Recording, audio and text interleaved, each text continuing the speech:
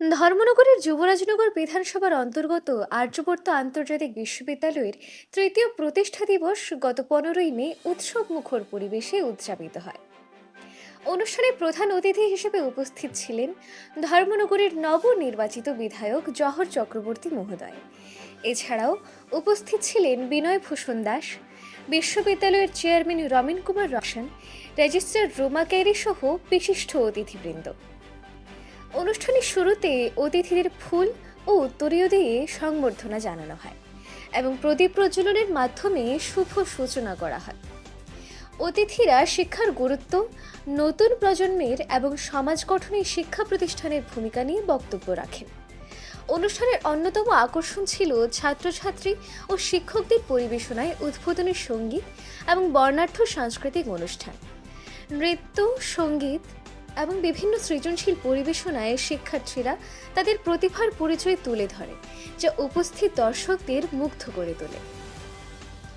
অনুষ্ঠানে বক্তারা জানান, আর্যবর্ত আন্তর্জাতিক বিশ্ববিদ্যালয় উচ্চশিক্ষা প্রসারে গুরুত্বপূর্ণ ভূমিকা পালন করছে। বর্তমানে এখানে ফার্মেসি, আইন ম্যানেজমেন্ট, জার্নালিজম ও প্যারামেডিক্যাল সহ বিভিন্ন বিভাগে ভর্তি প্রক্রিয়া চলছে। শিক্ষা ও সংস্কৃতির সমন্বয়ে দক্ষ ও মানবিক নাগরিক গড়ে তুলতে প্রতিষ্ঠানটি নিরলসভাবে কাজ করে যাচ্ছে বলেও তারা উল্লেখ করেন।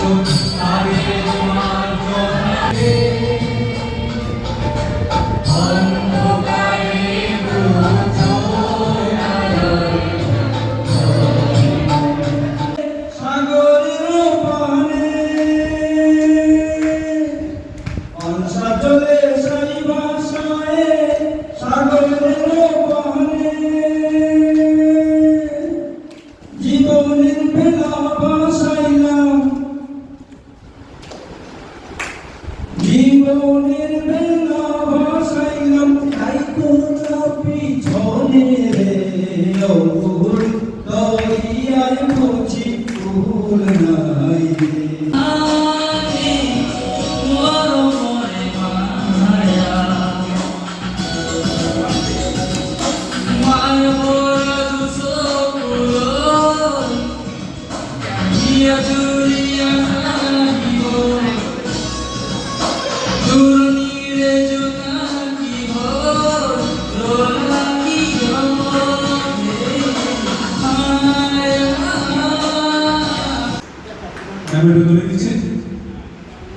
आपको तो बड़े यहाँ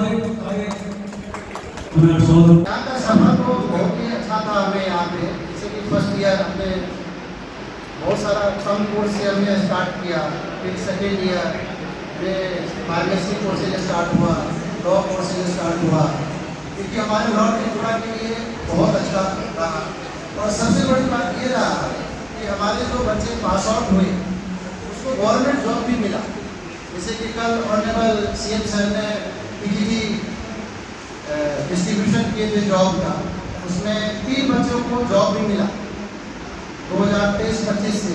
तो यूनिवर्सिटी निरंतर काम कर रहे हैं और सब लोग का सपोर्ट है, आप लोग का सपोर्ट है, और भी हम आगे धीरे धीरे करके इसको बढ़ाएंगे।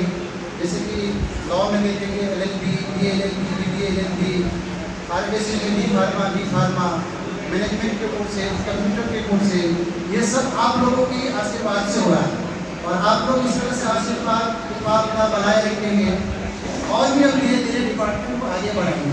जैसे भी हमारे मैनेजमेंट के बच्चे हैं, MBA के बच्चे, फाइनल सेमेस्टर आने वाला है और वो तीनों बच्चों को अभी इंटर्नशिप मिल गया और कुछ दिन के बाद उनको प्लेसमेंट मिलेगा।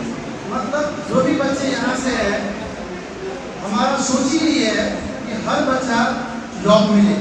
तो उसके लिए आप लोगों से यही है कि प्रोफेशनल कोर्सेज पे ज़्यादा फोकस करिए, जॉब ओरिएंटेड कोर्स पे ज़्यादा फोकस करिए, ताकि आपका करियर बहुत अच्छा आगे रहेगा। और हम ज़्यादा टाइम नहीं लेंगे क्योंकि हमारे আপনারা সবাই জানেন স্বদেশে পূজ্যতে রাজা